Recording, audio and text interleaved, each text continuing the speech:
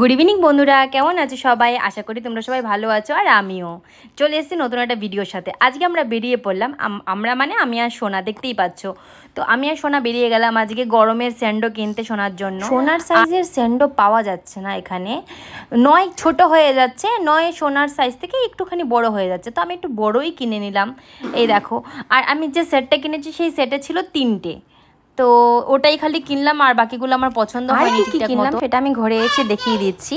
এটা হচ্ছে সোনার বাবার জন্য একটা হাফ প্যান্ট নিয়েছি, দেখে পছন্দ হলো। আর হচ্ছে সোনার বাবাকে তো নিয়ে যাইনি, আমি আর সোনা গেছিলাম, তাই মনে হলো যে ওর বাবার জন্য কিছু একটা নিয়ে নিই। আর এখানে সোনার জন্য যে স্যান্ডোটা কিনেছি ভেবেছিলাম সোনার জন্য আমি আরও কয়েকটা ড্রেস কিনবো, কিন্তু ঠিক পছন্দ হলো না, আমার সাইজেও মিলছিল না, সেই জন্য আমি আর কিছু নিইনি। বাস আমি এই 3টে খুলে খুলে বারবার দেখাচ্ছি, কারণ এই 3টে কালার খুবই সুন্দর, সাদার উপর। আর বন্ধুরা তোমরা শুনতেই পাচ্ছ, সোনা পাশে বসে কথা বলেই যাচ্ছে, যদিও ওর কথা আমি কিছুই বুঝতে পারি না।